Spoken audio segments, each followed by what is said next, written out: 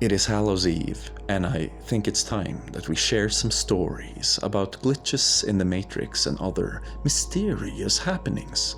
And sometimes it is something we made up that is based on something we experienced. Other times the truth is just stranger than fiction.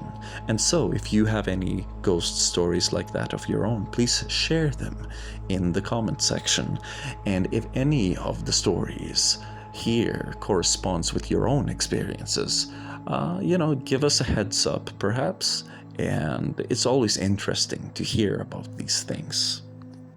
The fly that clipped through the window.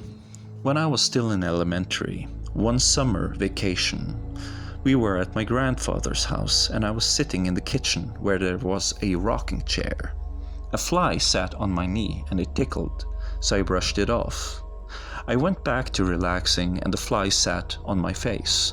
This time I got out of the chair and I got one of those yellow dishwashing latex gloves. I was gonna take out that fly so it couldn't disturb me anymore. So I followed it into the living room that was next to the kitchen. It made a U-turn mid-air and headed towards the window. I expected it to crash against the window, where it would be stuck and then I could take it out. But as it hit the window, something strange happened. It clipped straight through. There was a thud, a clear heard thud, but it just went straight through the window and I could see it flying away on the other side. I thought this was very strange and that I must be under some kind of miscomprehension, and so I checked if there was a fainted fly that had crashed against the window near the windowsill. And the thing is, in this windowsill there was actually dead flies.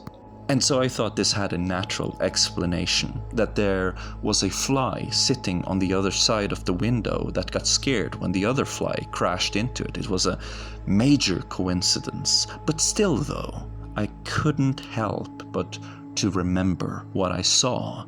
And I saw that fly clip straight through the window. And even though this was the case, I never told anyone. Mysterious musicians. I was 15 years old and in school early morning. It was cold and it was autumn. And we're being told that when the bell rings, you're not going to go into your classroom. You're going to go to the gymnastic hall. Everyone is going to be there. Every pupil, every teacher has to be there, okay? And so when the bell rang, we went down there and we sat there and we were all very curious. What's going on? What's going on? Principal comes out and says, a teacher that some of you know very well passed away last night from a heart attack. Today at 10 o'clock, we're going to have a moment of silence. Everyone is going to get up, stand by their desk and be quiet for 1 minute.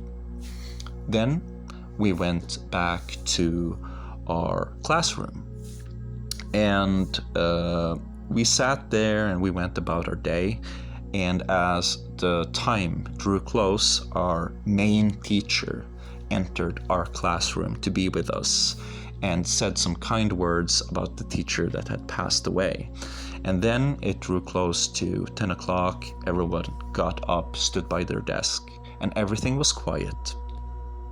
Now, it was this nice, serene, calm quietness in those moments. Then, coming from the walls, I could hear in the distance, probably from the music classroom, I thought, piano, playing a little tune, improvised. It was improvised. It wasn't like a famous piece or anything, it was improvised. So I thought, okay, that's the music teacher. Probably a music teacher liked her. And then I could hear the guitar, and I was like, wow, the guitar too? So that's probably that kid who's really good at playing guitar, who's come together with the teacher to improvise a little something. There was even this nice little guitar solo outro, and then it was over after, a little bit before 1 minute, so it had a nice little fade to make you think, and I thought, wow, I'm gonna compliment him. So when it was lunch break, I went to the cantina and I saw the guitar boy in the cantina because he was there to buy himself some yogurt or something. And I asked him, "Hey, was it you who played the guitar?" And he looks at me and he's like, "Yeah, I play the guitar." And that's what is like, that's not what I'm asking, you know? That's not my you know, it's like this complete disconnect between what I mean when I ask the question and the answer I get back. That made me really suspicious. And I didn't say anything then and there. I actually I just went around for a couple of weeks like, what? You know? And a couple of months later, I just can't help myself, and I start asking everyone in class, like, did you hear music? And they told me, "Rick, it's 1 minute of silence." There was no music. The cult of black robes. Being a teenager wasn't always easy. I was no older than 15. One Saturday night, 9 o'clock in the evening, I put on my shoes and I put on my jacket because I needed to walk, to clear my head. And so I kept walking. It was one of those things, you know, where you look down and you just walk and walk and walk. And when I looked up, it had gotten dark. I had arrived at this little rural area, and I looked around. I was like, geez, this is 3 hours away from my house. I must have been walking for 3 hours. Luckily, this was like this kind of dead-end place where the road curves 180 degrees and it sends you back.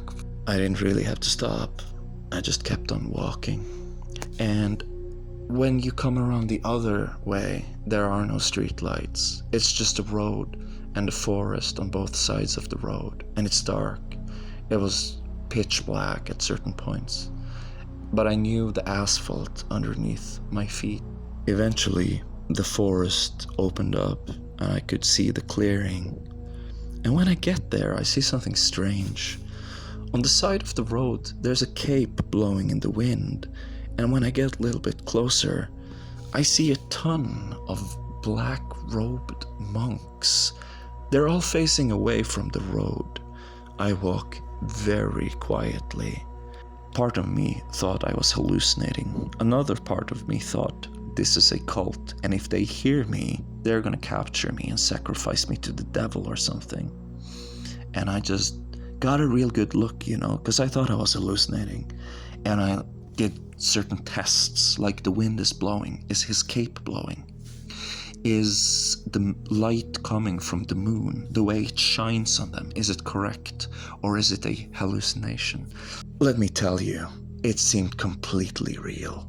And there were like close to 30 of these monks, just all facing the same direction, down that hill, wearing these black robes that would blow in the wind. But I didn't see any hands. And to tell you the truth, part of me was really curious. Part of me wanted to jump over the fence, grab one of them, like, hey, what are you doing? What's going on? You know, part of me wanted to do that.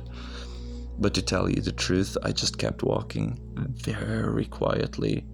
I just noped out of there, all quiet. And I've never gotten an answer as to what that actually was.